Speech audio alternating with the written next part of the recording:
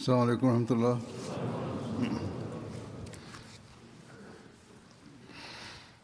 أشهد أن لا إله إلا الله وحده لا شريك له وأشهد أن محمدا عبده ورسوله أما بعد فأعوذ بالله من الشيطان الرجيم بسم الله الرحمن الرحيم الحمد لله رب العالمين الرحمن الرحيم مالك يوم الدين إياك نعبد وإياك نستعين اهدنا الصراط المستقيم صراط الذين أنعمت عليهم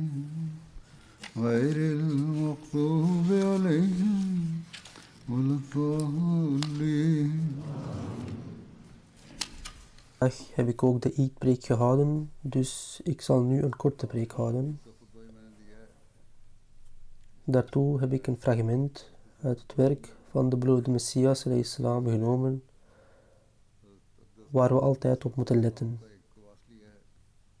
Hij verklaart: hoe nauwer de banden van een gelovige met de wereld zijn, hoe meer ze een middel worden om zijn spirituele rang te verhogen. Want dit is het ultieme doel van geloof.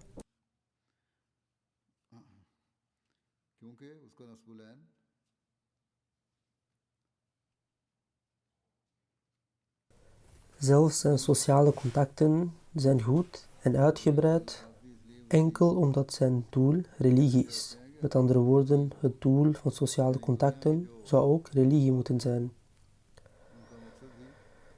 Dit is het kenmerk van de gelovige.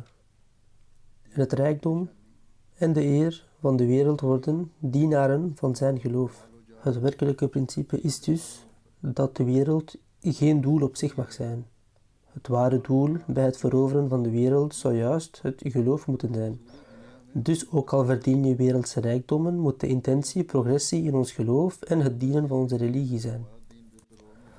Als wij materiële middelen verdienen, zou het voor de verbetering van ons geloof moeten zijn, niet door ons in te laten met verkeerde daden die zowel onze wereld als ons hiernamaals ten gronde richten. We zouden veel eer op een manier moeten verdienen die ons hiernamaals verrijkt en ons geloof versterkt. Hij zegt verder: de wereld moet op deze manier veroverd worden dat het een dienaar van het geloof wordt. Wanneer een persoon bijvoorbeeld van één plaats naar een andere reist, neemt hij een rijdier en voorzieningen mee voor de reis. Zijn waar doel is althans om de bestemming te bereiken, niet het rijdier zelf of de voorzieningen voor de reis.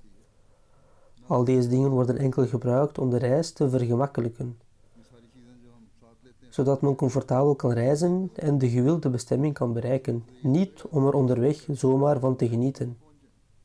Hij vervolgt: evenzo moet een mens de wereld verwerven, maar alleen door haar te beschouwen als een dienares van het geloof.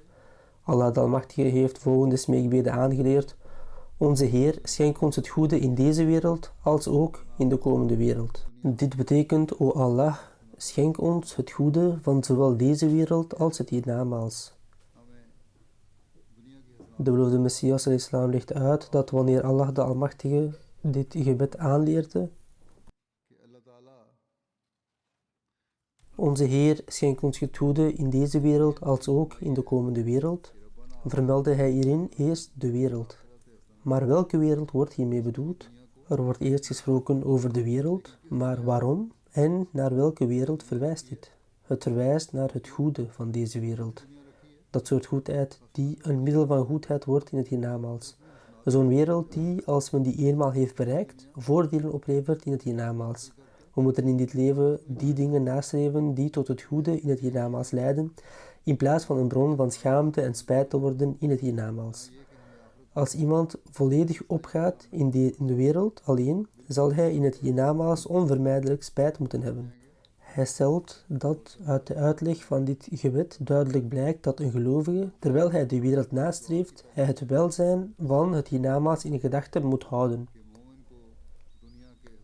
Tegelijkertijd omvat de uitdrukking het goede van deze wereld alle uitstekende middelen om wereldse voorzieningen te verwerven, die een gelovige moslim zou moeten aanwenden om de wereld te verwerven. Verwerf de wereld door middel van elke methode die uitsluitend tot het goede en de deugd leidt, en niet door een methode die een ander mens schade berokkent, noch door een methode die een bron van schaamte of schande onder je medemensen vormt. Zo'n wereld zal zeker het middel worden van het goede van het hiernamaals. Verdien wereldse rijkdom die niet enkel jezelf bevoordeelt, maar ook de mensheid. Laat er in je dagelijks leven geen daden zijn die een bron van schaamte vormen voor jou, je familie of je verwanten. Je leven moet veeleer rein en rechtschapen zijn, een leven gebaseerd op vroomheid en gerechtigheid. En je leven wijdt aan het verwerven van de wereld op deze manier, dan zal het je zegeningen brengen, zowel in deze wereld als het hiernamaals.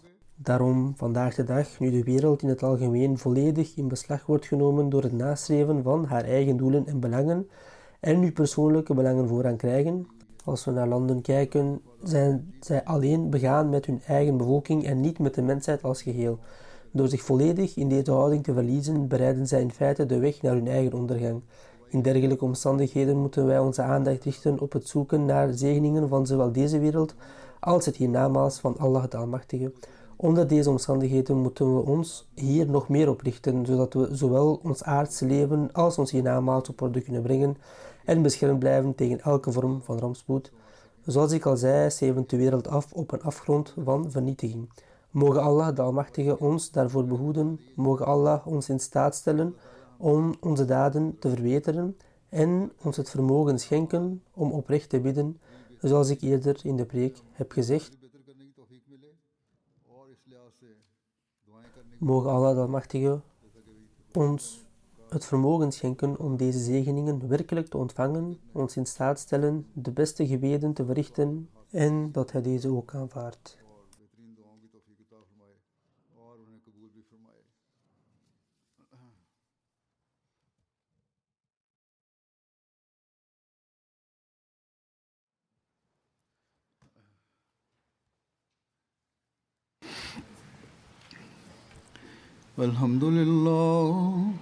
الحمد لله نحمده ونستعينه ونستغفره ونؤمن به ونتوكل عليه ونعوذ بالله من شرور أنفسنا ومن سيئات أعمالنا من يهده الله فلا مضل له ومن يضلل فلا هادي له ونشهد أن لا إله إلا الله ونشهد أن محمدا عبده ورسوله عباد الله رحمكم الله إن الله يأمر بالعدل والإحسان وإيتاء ذي القربى وينهى عن الفحشاء والمنكر والبغي يعظكم لعلكم تذكرون اذكروا الله يذكركم وادعوه يستجب لكم ولذكر الله أكبر